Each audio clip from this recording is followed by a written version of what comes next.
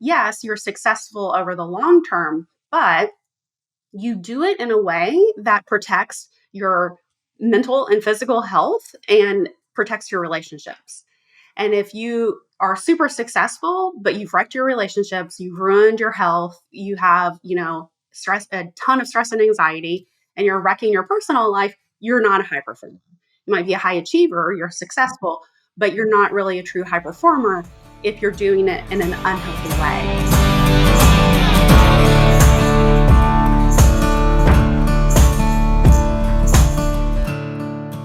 You're listening to the 7-Figure Leap podcast. We're here to leverage rich relationships and smart strategies to take your business to the next level.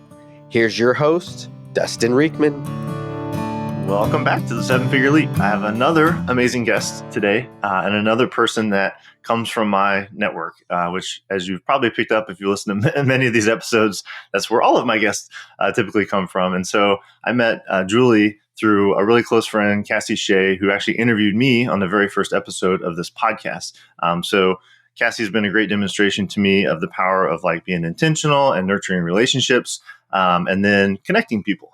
And so I was really grateful when Julie and I connected. I guess it was last year. And we've stayed in contact, and I finally had the opportunity to have her on my show and learn. I'm very excited to learn from her today about high performance habits and some of the things that she will teach us to help us grow our business in a very unique topic for this show. So Julie, welcome. Please take the opportunity to introduce yourself and let our audience know what you're all about. Oh, well, thanks so much for having me on. As you said, my name is Julie Lowe. I'm an author, speaker, and high performance coach. And my focus is really around helping entrepreneurs and high achievers reduce overwhelm, find clarity, and really step into the fullest version of themselves. And, most importantly, avoiding that burnout along the way on the entrepreneurial journey, especially. Love it. So I'm going to go straight into personal stuff, and then we'll go to your entrepreneurial journey. But a fun fact, I don't meet a lot of people with similar circumstances, but I know you've been married quite a long time, probably, yeah. I'm assuming maybe more than half your life, because I've been married more than half my life at this point. And you and your husband are have been together since you were teenagers, right? Yeah. We actually met freshmen in college. It's kind of a funny story. We went to different colleges, but my college roommate that the school just randomly picked for me is my husband's cousin. Oh, wow. And she introduced us freshman year, dated through college. And so we've been together for going on 27 years. And definitely more than half your life. Yeah, definitely more than half. And then we've been married since 2000. So long time together. That's awesome. So my wife and I, the reason I found that as a fun fact and clamored to it is my wife and I were high school sweethearts. So I was a junior, she was a sophomore. And it was a funny story for us because she actually was in driver's ed. They realized she was the youngest one in her class and they didn't have space. So they kicked her out into my PE class. And then I started flirting with her and, the rest is history. So we got married in 2001. But we dated obviously for quite a few years because that was 1995. So really, really fun stuff. And the other fun fact about Julie, before we get into entrepreneur stuff, is you still live in Lexington, right? I do, yes. Yeah. And Lexington is one of my favorite towns I've been to. Lexington, Kentucky, it's beautiful horse country. My wife and I actually spent our 20th anniversary there in a cabin on a horse farm. And I also like bourbon, and there's no better place to go for bourbon. So so lots of fun stuff here. But let's talk about what people actually want to hear, which is your entrepreneurial journey. So maybe just give us a bit of your background and where your career has taken you, in a general sense up to what you're focused on today. Yeah, so I actually started my business in 2013. And my career before entrepreneurship was in marketing. And that's where I really kind of, grew up is in that marketing career and graphic design even. And I started the business in 2013 because I wanted to help more people. I realized hey, actually, instead of just helping this one company, I could be helping a lot of people. And so I really started kind of diving in there, ended up quitting my job in 2014, went full time into my business. And it's been amazing. And the thing that I love the most about helping entrepreneurs with their marketing, and specifically at this point for the past 7 or so years, I've been helping with Facebook advertising. Oh, nice. The thing I love is that it really helps entrepreneurs grow their business in a very sustainable way. And it was something that I was finding a lot of entrepreneurs had these amazing businesses and they were so heart-centered, but they just didn't know how to get the word out. Right. And advertising can be really overwhelming. Marketing can be really overwhelming. And so I really went into it, honestly, with the heart of just wanting to serve and take, something off their plate that was really overwhelming and was holding them back in their business. And so even though it's pretty analytical work, in advertising, especially Facebook ads, that's really where I came into business, was just wanting to help entrepreneurs, because I kind of fell in love with the entrepreneur community. I just loved the idea of helping them, I and love didn't that. necessarily see myself ever being an entrepreneur, to be honest. I kind of fell into it. That's funny. So so you had more of a corporate marketing background. You're like, I Yeah. really like these entrepreneurs. I'd like to work with more of them. So I guess I'll go do that full time. And Yeah. then in doing that, you became one, right? Like you became an Yeah. entrepreneur. So were there, I picked up on heart-centered, or more like we would say mission driven, Yeah. but are you drawn to working with a certain type of entrepreneur, like a certain industry? Is it like coaches, or is it e-commerce? I'm just kind of curious who your Yeah. favorite clients are. Yeah, it's mostly been coaches and consultants. That was kind of the world I fell into whenever I got online. And it was such a supportive community. It was really amazing to me. So most of the work I've done has been online entrepreneurs that are coaches, consultants, very little e-com businesses. This is not, where I came in at. And I'm still, 11 years later, serving that community. That's awesome. And it's been fantastic. And then, of course, as you know, it's evolved over the years. Yeah, we're definitely going to talk mostly about like the evolved version of what you're Yeah. doing and your coaching and speaking and the new book that you wrote. But I am curious because actually the majority of our audience would say they're in that online coaches, consultants business. And I think a lot of people are very intimidated by paid ads, especially, Facebook meta ads. A lot of people that I've run into are like, yeah, I tried that, for like a month and I wasted money or whatever. Like I didn't get anything out of it. So this is kind of a sidebar, but I'm curious, in doing this successfully and sustainably for 11 years and maintaining a lot of the same clients, obviously that means they're successful. Yeah. What do you find maybe in today's environment? Because I'm sure it's evolved. Like, what's a good ad? And I know that's like a general, but like, do you call people to like a lead magnet, or do you call people to straight to a call or some sort of content? Like, what do you find works the best for coaches and consultants? Yeah, honestly, I've done a little bit of everything. I think the big thing is if you dive into ads straight away and you're not super clear on your message, you're not super clear on who you're serving, how you're helping them, what do they really care about, and you're not able to speak very clearly to them, that's where a lot of times people kind of get into trouble, and they can waste a lot of money. So if a new entrepreneur comes to me and they're like, yeah, I'm still kind of trying to figure it out, I'm like, don't do ads, which sounds funny. That's what I do for a living, where I just help you with ads. But if they're not ready for it yet, then they could potentially waste a bunch of money on Facebook ads. And if they're trying to do it themselves and they really have no clue what they're doing, again, they could end up wasting money. So that is common. But I think number one, getting very, very clear on who you're talking to, how you can help them, what they actually care about. And, the whole axiom of like, tell them what they want and give them what they need, right? Yes. Like if you Yes. understand that, like, so having that really clear understanding of your market and how you can help them, I think really helps. I think the thing that's going to give you kind of the biggest bang for your buck most of the time is going to be some sort of lead magnet. So it could be just delivering something to them. I have a lot of entrepreneurs that run webinar funnels to book a call for high ticket coaching programs. Yep. I coached inside of a large program for many years. So that was the setup, and that can work very well. It still does. People, a lot of times they'll say like, this is dead, right? Like email's dead. Right. Things are dying all the time, right?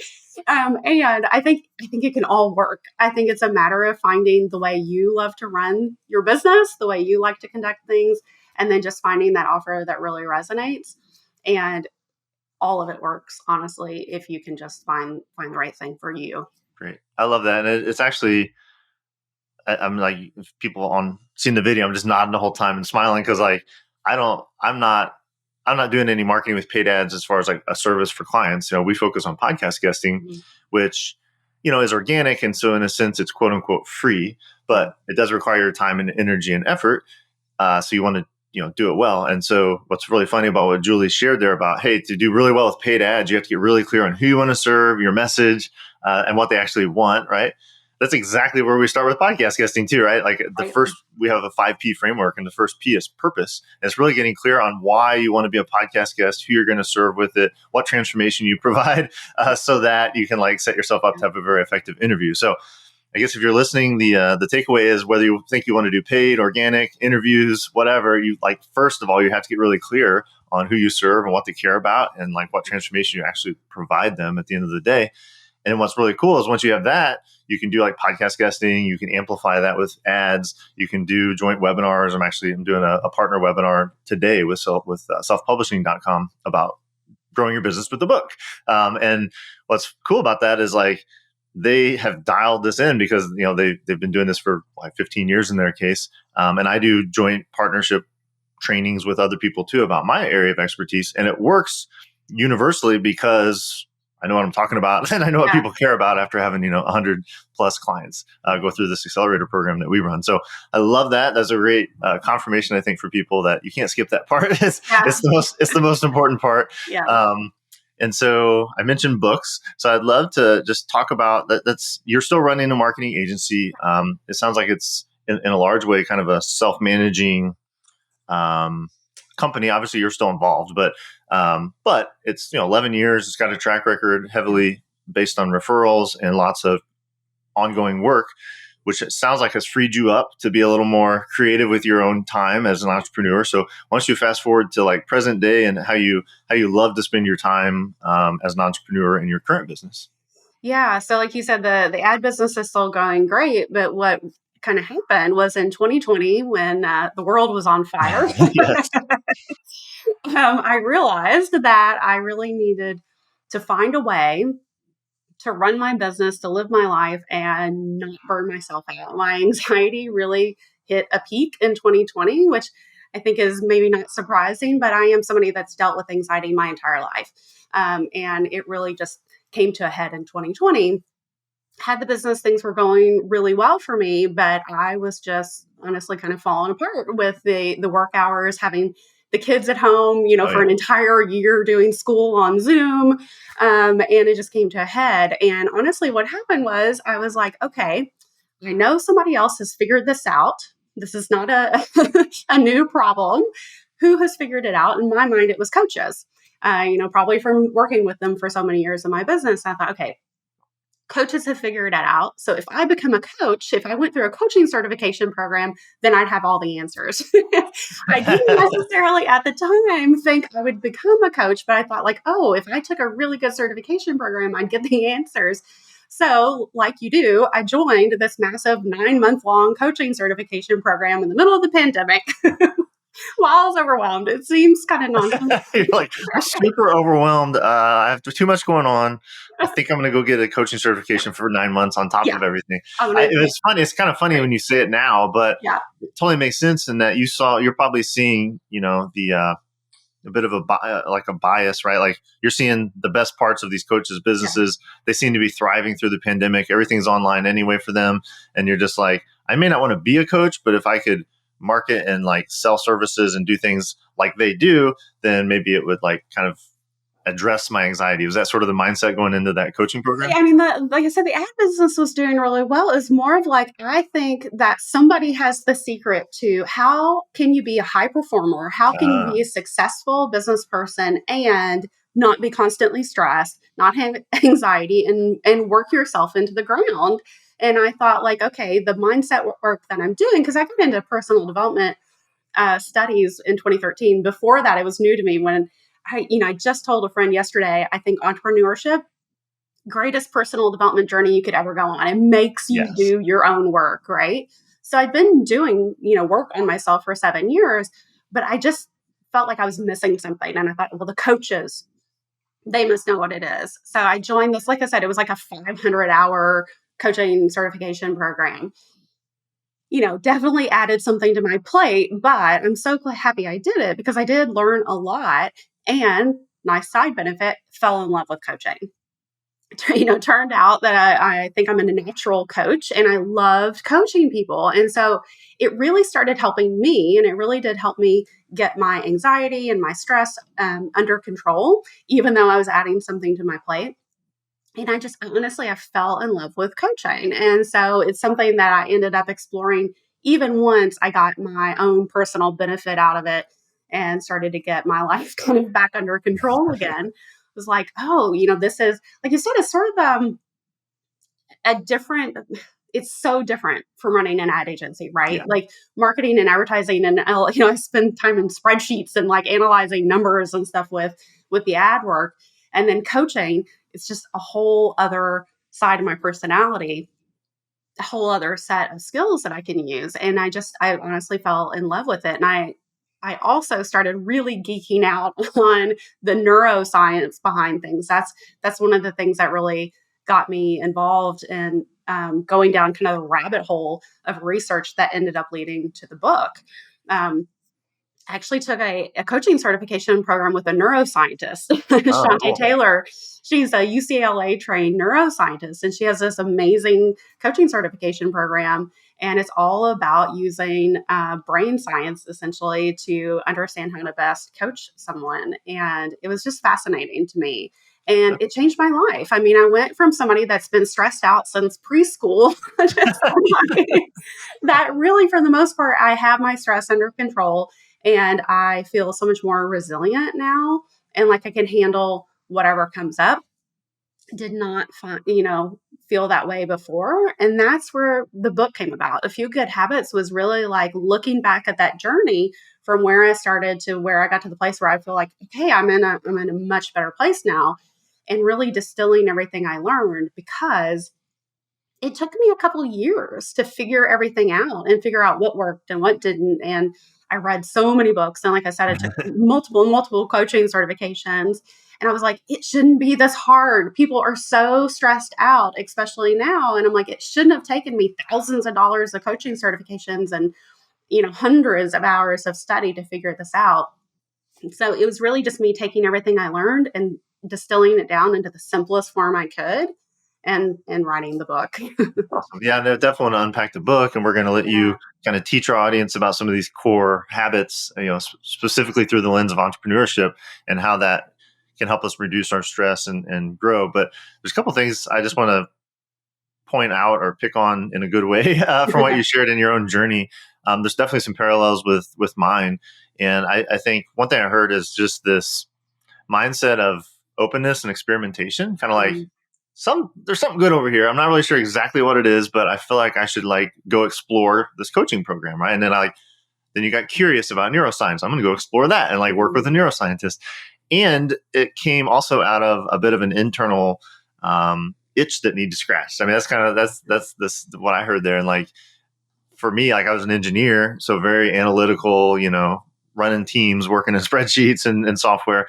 And then like I had this itch for creativity. And so I got in, for me, it was like marriage ministry. And then I created a marriage website and wrote a book on marriage stuff. This is way back in like 2009. And it was like the beginnings of like, I don't know, I'd even used the word entrepreneur. Like it wasn't something I was exposed to growing up, but I had no concept of it. And I did this totally as like a side hobby. And then it like became a business. I'm like, actually, I really like this stuff. So it took me a while. It took me like 8 years. And then I was like, okay, I'm like quit engineering and become a marketer and an entrepreneur. And then in COVID, I was running a company and like I was doing trade shows, and I had all my kids at home too. And my wife's a special ed teacher, and she was trying to teach special ed from home on Zoom in the same office that I'm sitting in. It was like maddening. And I'm like, oh my gosh, what am I going to do? Because I was traveling to trade shows and everything. Yeah. And that's what pulled me into podcast guesting. It was like, I'm just going to try this because it seems like I could do it at home. And then it like took off. And then from there, people started asking me how to do it. And then like I became a coach, right? Like it was totally accidental. And I was just scratching my own itch. So I just totally like relate to what you shared. And I just hope it's really encouraging for people listening that like what you're doing right now isn't necessarily what you'll be doing in a year or 3 years. And it's okay. And like, you may not be able to predict it. And as a planner, that's really hard for me to accept. Yeah. But in reality, as I look back and like these weird dots that I can now connect in the rearview mirror, I could have never predicted them moving forward. Yeah. But like Julie and my encouragement to the audience is like, but I was open and I was like, I'm going to try this. If I try it and I don't like it, that's okay. But yeah, maybe I can invest some time, money, energy here and explore it and see what benefit it provides. So for you, at least for now, and of course, we talk in a couple of years, I'm sure you'll have evolved even further in your journey. But today, like the culmination of this work so far, at least, has been this book, right? A Few Good Habits. And so you shared like kind of how you got into the book. And it kind of was a culmination of not only your marketing background and then exposure to coaching and then really neuroscience. Mm-hmm. What I heard, I think, is you wanted to like take all this stuff that you had learned and experienced through your own like anxiety and things that you've dealt with over the years and just really simplify it. I mean, would you say like simplification is sort of like the main theme behind what you wrote? It really is. It was partly born out of the fact that I was seeing all of this honestly terrible advice online where I was getting really frustrated. And I read all of these really great books, but so many of them I didn't feel were practical, especially for working moms. Yeah. I would see things where it would talk about like, well, just sleep until your body is ready to get up. And I'm like, what are you living in? Because number one, if you have kids, they're not going to let you sleep in. And if they're in school, you got to get up pretty early for school in most cases. And unless you're an entrepreneur, you don't have that kind of control over your schedule. And it was just like some of this advice, I just thought like, oh, it's not practical to have a 2-hour-long morning routine or to sleep and not use an alarm or whatever it may be. And it was just like, this is not the real world that most people are living in. And, so it's really frustrating. And I thought, you know what? And sometimes I would read a book and it would give a lot of random good tips and tricks and things, but I wasn't really clear what I needed to focus on that would really kind of give me, the biggest bang for your buck in terms of, you put the effort in and you're going to see the best response in terms of feeling better, reducing your stress, increasing your, productivity or feeling more like you're a high performer. And it really interesting because sometimes people will say like, well, you started learning about reducing your stress. What does high performance have to do with that? Because it sounds like the opposite. A lot of people think about somebody being a high performer and they think about like, kind of hustle culture and just working nonstop and that kind of thing and doing, whatever you have to do to be successful. But it was really interesting. I started studying high performance from Brendon Burchard. And I love the way he defines high performance because the way he defines it is, yes, you're successful over the long term, but you do it in a way that protects your mental and physical health and protects your relationships.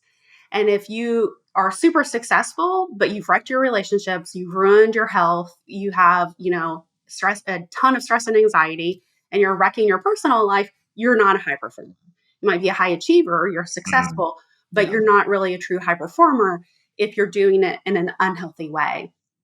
And I kind of realized like, hey, actually high performance habits are also the habits that reduce stress, right? They help your mental and your physical health. And it all kind of clicked into place at that point where I thought like, oh, actually there's a few things that you can do that are going to help with both.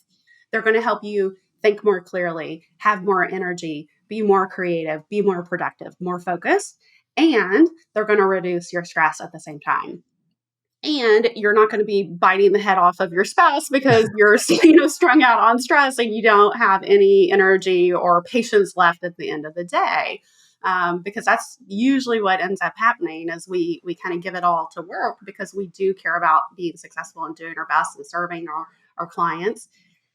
And then unfortunately our families tend to get the worst of us in that scenario. And that's what I was trying to get out of. Well, we're going to unpack some of these habits so people can kind of get the teeth, sink their teeth into the practicality. I know they're very simple but profound, right? Like the most impactful things are always the most simple. They're always the things that are really easy to do and the things that are really easy not to do. Yeah. And so we tend to just not like do them. But I think there's so much value in what you shared there through this lens of like when people say high achiever or high performer, like they, at least in the entrepreneurial circles, like they're immediately like, oh, they make a lot of money, right? Like they have a big business.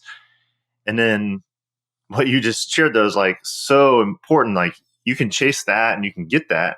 But if you do it and then you like have a heart attack, what was the use? Or if you do it and you get divorced and you didn't, and you actually wanted to have a spouse for the rest of your life, or your kids hate you or don't know you, like what's the point? And I love what you said from Brendon Burchard. Like that's actually not success, right? That's chasing one quadrant of this part of your life to an extreme that actually makes you a loser. Like at the end of the day, you lose, right? And it's funny, like I'm not going to share like the specifics, but I'm holding up a little post-it for people on the audio. So I'm a big believer in having like a keystone goal for the year. Yeah. And what's funny about what you just said and what's on this piece of paper that is my keystone goal is it's both a revenue goal and a health goal combined. Like it's a resting heart rate goal along with a revenue goal, because I want to be very conscious of, yes, I want to grow my business, the 7-figure leap, people that have heard the story behind this brand. Like that is important, but not if it stresses me out and like makes me have anxiety and makes me have some of the things I've experienced in the past when I got completely out of whack and was so focused on just business growth. Yeah. So yeah, I'm all about let's like do it all, but do it all in a way that is sustainable and makes us feel good, and that we can celebrate this success with a good conscience, because it's not only business success, but it's well rounded. So. Before we get into the specifics on the high performance habits, I'd love to just take a second here and talk about your vision for like where you're going with this. Like, so, very successful agency, wrote the book, doing coaching, doing speaking. So like the 3-year vision for Julie, is it much more heavily in the speaking and coaching realm, or where do you see yourself really focusing over the next several years? Yeah, I think I'm getting the agency to the point where it isn't something that is, a full-time job, essentially. Nice. And Yeah. so bringing on some more help there, I think, so that I can really oversee things and take myself more and more out of the agency side, and then growing more and more in the coaching space. I'm speaking some locally now and want to do more of that. And then, who knows, maybe I have another book in me. But the thing I Right. love most is honestly the coaching. If I could coach every day, I'd be thrilled. I just really enjoy that, having that interaction, really seeing people having the aha. And I think the biggest thing is people, because so many of my clients are especially female entrepreneurs that come in and they're so overwhelmed, and to see them at the end of the call sitting up a little straighter, smiling, and just feeling like they have this sense of relief because they have clarity now, and they feel like things are doable. And I don't think that'll ever get old. So No, that creates such a cool ripple effect, right? Because does, I'm yeah. sure some of them are also coaches, or they run Mhm. companies with employees, and by helping them, empowering them to have peace and calmness and less stress, and it unlocks all this goodness that then flows into all the other people in their life, their family, their employees, their business partners, or whoever they're interacting with, their clients. So that's really cool. So is your coaching business mostly focused on female entrepreneurs, moms? Does that matter? I'm just kind of curious who you really love, who you get the most charge out of helping. Yeah. And then also like, so who, and then kind of the what, as far as, is it all about like high performance, instilling these habits and helping them have balance, or like sort of what's the focus of your coaching? Yeah, I would say the majority of my clients are female entrepreneurs, but I do work with some people that are leaders in the corporate space, men and women. So I do both. I would say the majority of my clients have always been female entrepreneurs, though some are moms, some are not.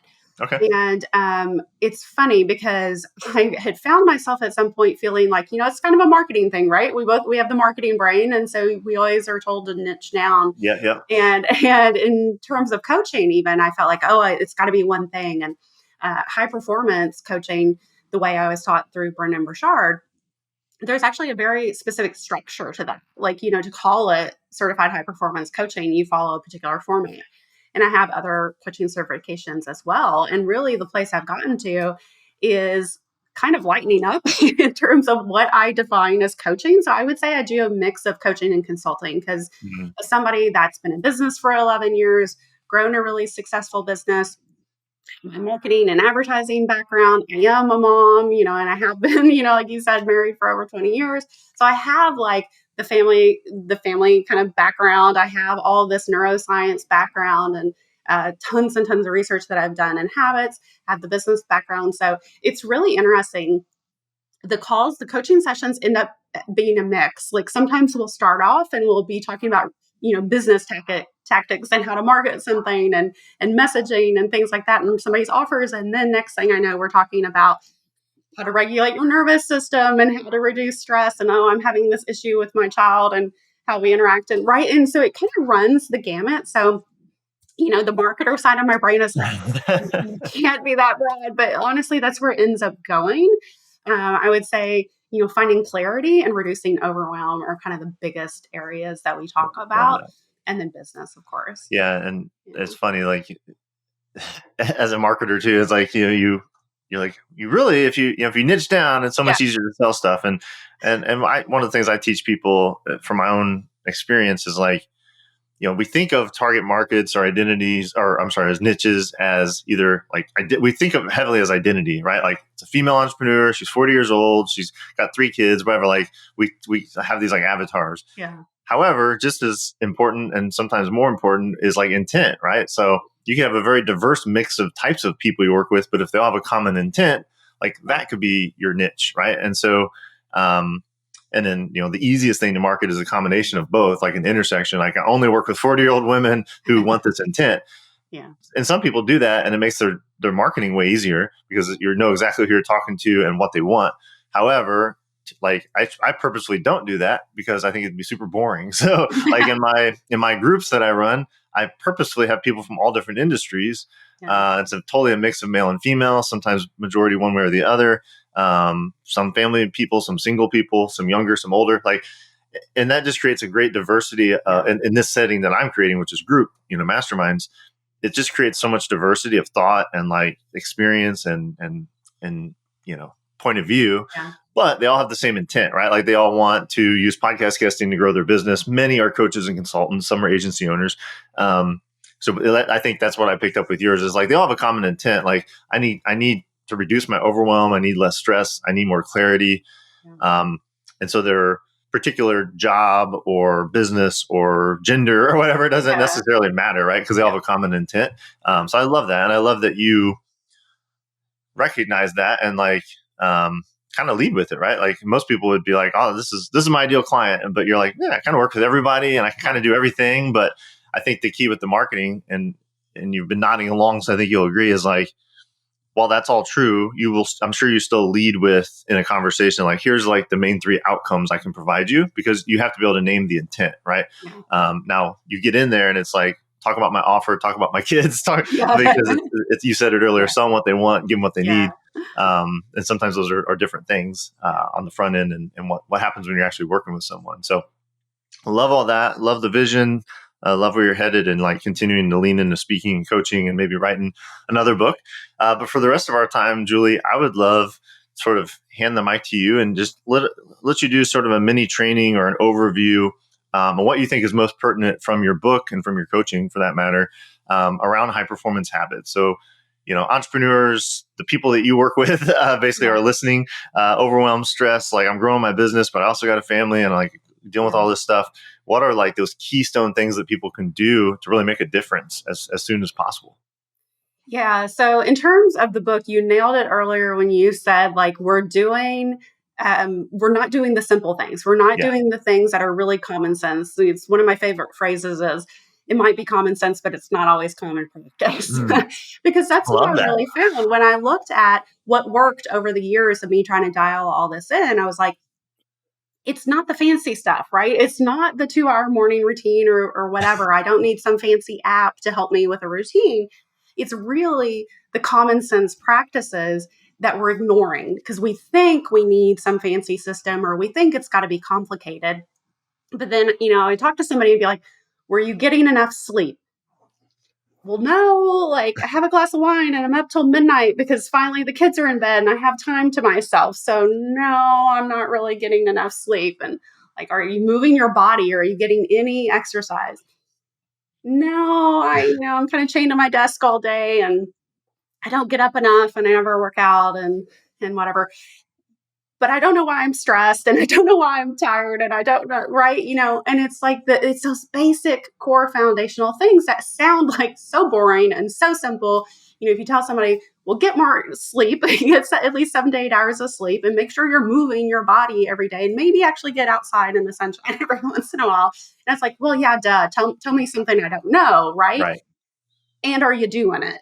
That's the thing. Like, we're ignoring these just core foundational pieces of self-care, and then expecting ourselves to be able to be at our best, for our brains to be, clear and sharp, and for us to be able to really analyze a situation or come up with something really creative in our marketing, but we're not doing basic self-care.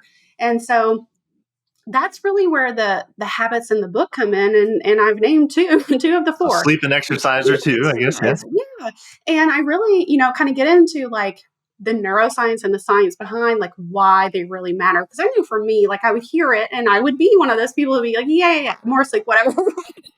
You gloss over it. So I really kind of needed to know the science behind it, and how it was really going to benefit me in my business and in my day-to-day life. And then once I started really understanding like what was happening, like when you sleep, and the fact that your brain's doing a lot of cleanup processes when you sleep, and it's really consolidating information, and just how important it is, and that I was doing things that I thought would maybe help me sleep and unwind, but it was really like the opposite of good sleep habits, like having that glass of wine at night, Yep. thinking like, well, it's a depressant, it's going to help me sleep. No, you mentioned earlier your heart rate variance score, right? Like you're really messing up your recovery when you sleep, when you do this. And, I was doing all these little things that were just adding up into these bad habits that were making things worse for me. And I was definitely the person chained to my desk, not getting up, not moving enough. And I'd be like, been with my husband like 27 years. He doesn't care. Like, it's fine. Like, I don't have to look in a bikini or whatever. The bikini body, yeah. And Well, then, as you're saying, no, it's not about that, right? It's actually about how you feel, your mental health, your exactly. anxiety, your stress. Yeah. So, and I'm sure you might get into the other two, but even with like sleep and exercise, let's just say exercise, just to keep it as simple as possible. I know 100% personally, like I took a walk before we got on this call.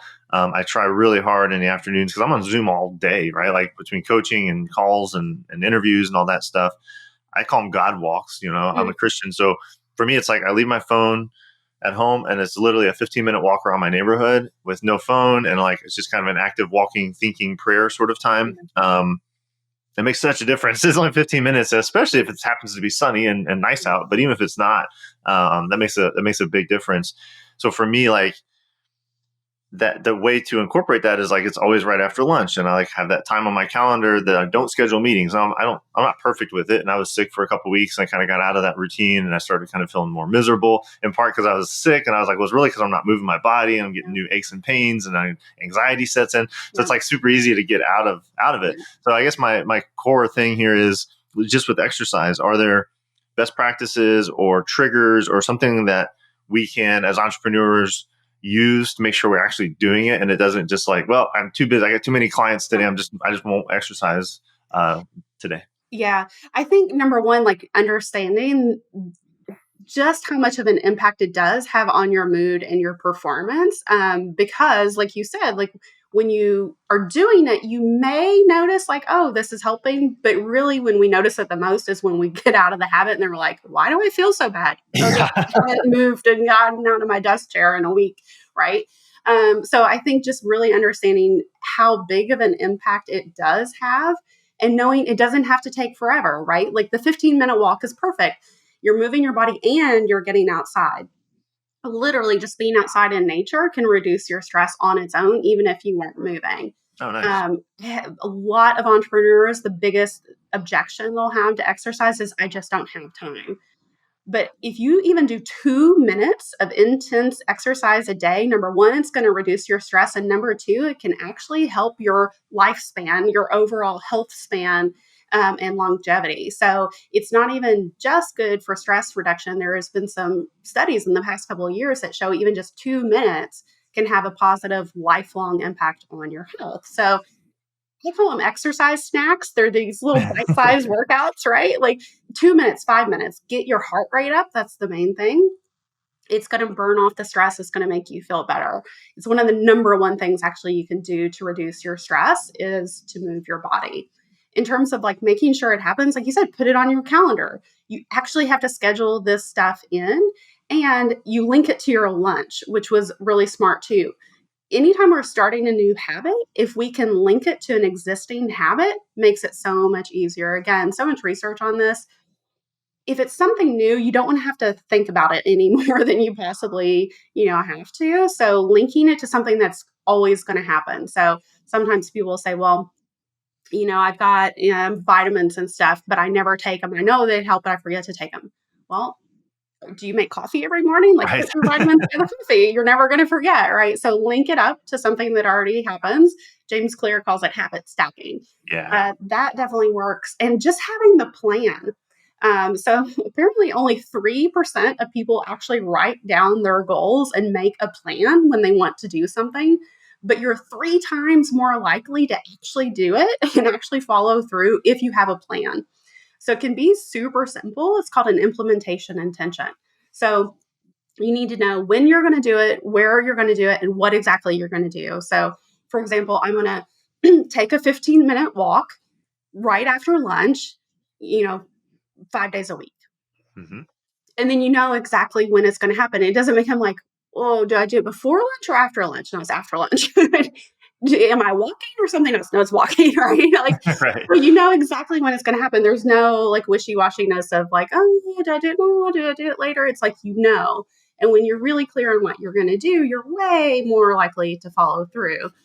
Same thing that applies in our business. If we don't have a really clear plan and really clear goals, we're less likely to hit them because it's all too vague. So same thing applies to healthy habits like exercise. Make sure you know when and where you're going to do it, what the schedule is.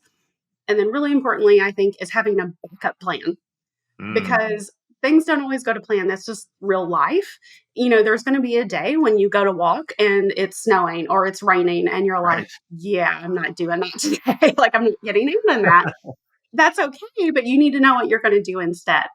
Because if you don't have that backup plan, you're going to go like, maybe I'll just scroll on Facebook for 15 minutes instead, right? Yeah. You won't necessarily pick the healthy choice. But if you're like, anytime I go to walk and the weather is just terrible and I'm not going to get out in it, I'm going to do this instead. I'm going to pull up a YouTube video and do a HIIT workout, or I'm going to dance to a song in my office for 5 minutes. Or or jumping jacks. I mean, just something basic, but like knowing you have that replacement. Yep. So that's awesome. And I'm sure this is universal to all the habits, but It is. I think one of the key things that differentiates your approach to this, and what I love about it as someone who likes to understand the reason behind things, right? Like, is the why. Like you said, first of all, you need, if you study the neuroscience, or let you distill the neuroscience for us, and basically you understand why things are so important, then you won't want to skip your sleep, or I think like you, even in our conversation, even though I kind of knew this, and I'm sure you hear this a lot, like you've really crystallized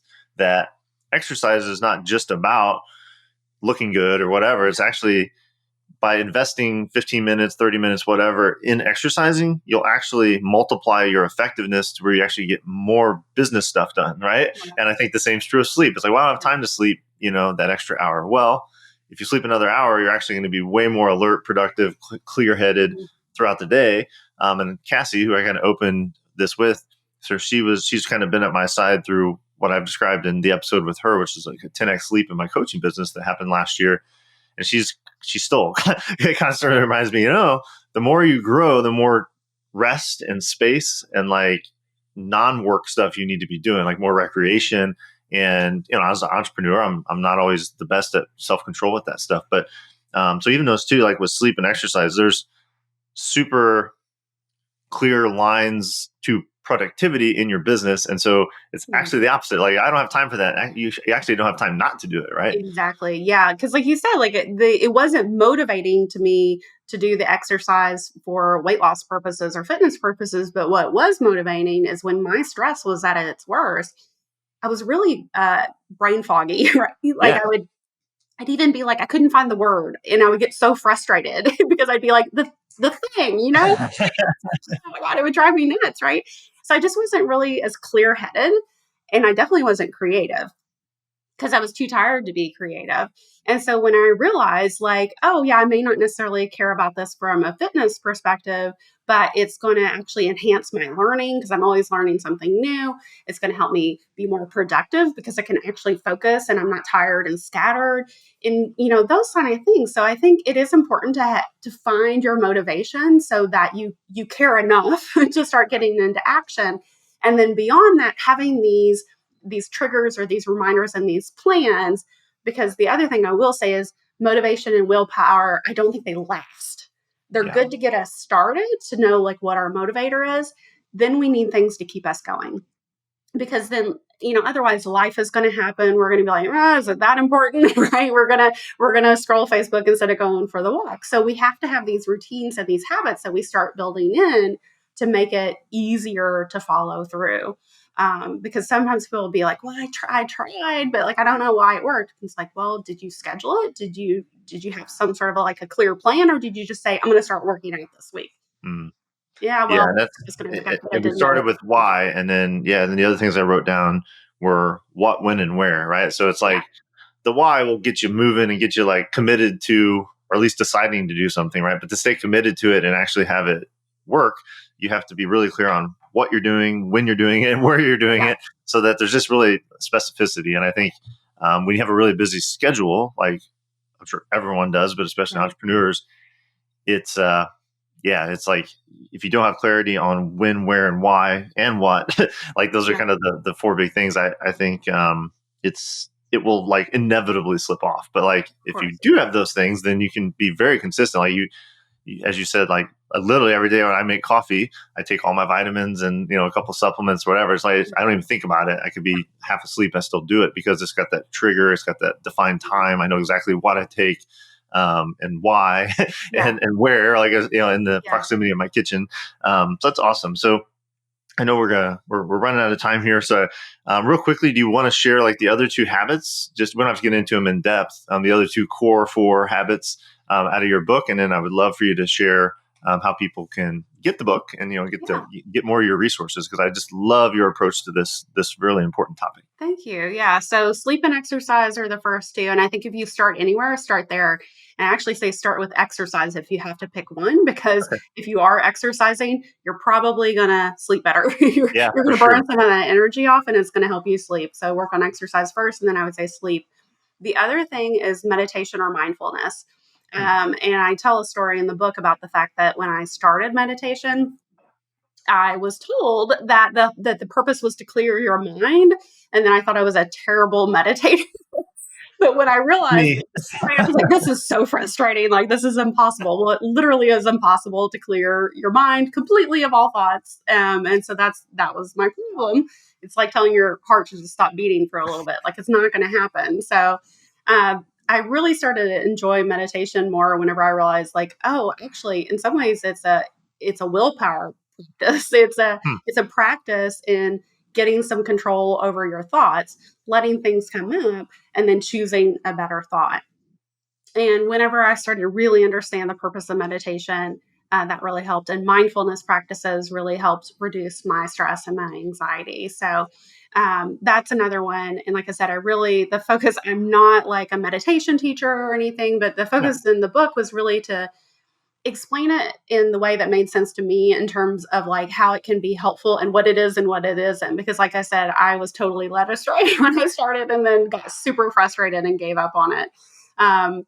But so that is something that I definitely work in, especially for stress reduction. The thing about the habits in the book, they're good for all areas of your life, but I picked these 4 specifically because they all help reduce stress. Okay. So that was one of my criteria for choosing the 4 habits in the book. And then the fourth one is intention or intentional planning. So something that I have found is that if I'm not intentional about how I'm showing up in my relationships, how I'm showing up in my business, and how I'm planning my days, I can't expect things to go the way I want, right? And so the intention that we bring to things is honestly the most important bit. If you come into a conversation with no intention for how you want it to go, it could go sideways on you really quickly because you didn't bring that intention. So I talk a lot about that, like intention in your habits, intention in your relationships, and the impact that can have. I like that a lot. And it's different than the others, right? Because the others seem more physical, right? It's Right. like mental and physical. There are things to do like that you can like plan, like it literally like you can plan and schedule your sleep, exercise, and meditation practice. But like intentional planning, that's more like the constant thing, right? Like because you're saying it's not even just your business, but like your family, your friends, your relationships, and being intentional about the desired outcome from a given event, I guess. Is that kind of the generic way to say Yeah. it? Yeah. And the it's a couple of things. So it's like the energy that you bring to things like, okay, I've got a meeting starting. What energy do I want to bring? How do I want to show up? Do I want to come in, really in authority and leadership because we're going through a tough time and I want to show up strong as a strong leader? Or do I need to come in with a lot of empathy and caring and be getting really curious here? So that can be in a business setting. It could be with your family. But just really having that intention and how you're showing up. It also, like I said, means intentional planning, like having that plan for your habits and the things that you want to accomplish in a day and a week and really planning ahead and not just like kind of showing up and winging it, right? Because sometimes that's what we do. We just think like, I'm just going to start, kind of working out and stuff and like, we'll see what happens, right? And then we're like, we don't know why we got a bad result. And we wouldn't do that in our business. So something that really hit me was when I realized in my business, I felt like a high performer. I felt like I was showing up, I was giving my best, and I had plans and structure, and I was very intentional. But I realized I wasn't necessarily doing that in my personal life. And when I realized it's really all about bringing that same intention to my health and my mental and physical well being and my relationships, that's where I could really have the biggest impact. And I realized I was being incongruent when I wasn't doing that. I thought of myself as a high performer, but if you're doing it at work and not at home, you're not really a high performer. So that really helped me. I like that. Yeah, that's awesome. I think that's the one that I'm going to ponder the most is like, how can I be a more intentional planner? Like, if I'm pretty consistent with exercise. I think my sleep's decent. Meditation is something I've tried a few times. I kind of had the experience of your before state of like, yeah, I can't like turn my brain off. So this doesn't work for me. But, so I'm definitely interested to dig into that habit with your framework. But the intentional planning is the one I think I really want to focus on and ponder the most, because I think of something that we did last year and we repeated this year as a family, which is we don't necessarily have the specific locations in advance, but we block off times for trips. And like quarterly trips with my family are like a big rock that I did last year and I want to do this year. And then that intentional planning then allows me to have the freedom to be like, say yes to a conference or no to a mastermind, because it conflicts with those weeks that we've already blocked off. And some of those weeks are obvious because it's like spring break and fall break, right? But then there's like winter and summer. And so, but like getting together as a family, and then that creates that intention. It creates a lot of like motivation for the family because we have something to look forward to. And then we get input from the kids and where do they want to slot in different things. So I think like that, but expanding that into other aspects of my life, like that's really exciting for me. And I even talking about it gives me energy, right? And I'm like, that's pretty cool. So, well, Julie, this is awesome. I mean, we could obviously talk for like 2 hours just about one of these habits, probably, but, which is why people need to go read the book and really dive in a bigger way to this really cool intersection that you've created of like your own experience, your coaching experience, neuroscience, marketing. Like that's what's so awesome about mission-driven entrepreneurs like you is you really get the whole mix, and then like that creates a unique gift. Lots of people have written about habits, but not in the same way as Julie, right? Because you've distilled it down in a way for people to really go take action with it and be high achievers. And I also just want to say I really love that your emphasis is not like getting more. It's really like less stress. And like, because if by getting less stress in your life, you'll get more, right? But I love that all four of these are all about stress reduction. So, so with that said, I'm assuming you have a great call to action here, and then like a great next step for people that want to dive deeper into high performance, installing these habits, learning from you, maybe coaching with you. So what's the best way for people to get into your world in a deeper way? Yeah. So if you've enjoyed the conversation today and you want some more tips specifically about how to implement the new habits and how to actually make them happen, I have a free guide called The 5 Rules of Habit Creation. So it's sort of a cheat sheet from the book in terms of how do you get started and how do you make sure you're successful with your habits. And then if you go download that at coachjulielowe.com/rules, you also get the first chapter of my book for free. So and that's the introduction chapter where I really kind of tell my story and set the framework for the whole book. So if you're interested in the book, go check that out. You can get the download and you can get the free chapter of the book. And then the book is available on Amazon, Barnes and Noble, most of your booksellers. And then you can find me online at coachjulielowe.com. And that's my, handle everywhere on social as well. That's awesome. Yeah, I'm definitely grabbing this guide. So the 5 rules of habit creation, It's Coach Julie Lowe, and Lowe is Lowe, like the hardware store. So coachjulielowe.com/rules is the place to go get this really cool free resource, the first chapter of your book. I don't see how anyone couldn't benefit from being in your universe and learning from you on this really important topic. So Julie, thanks so much. This is I told Julie we'd talk for like 25 minutes and it's been 55. So I appreciate the extra time because I just was very much enamored with this topic and your approach to it and your unique just history with it and personality that you bring to it. So thanks for bringing so much energy, great insights. CoachJulieLowe.com/rules for the freebie. Julie, it was great to catch up with you and thanks so much for sharing with the audience. Thanks so much for having me. I had fun.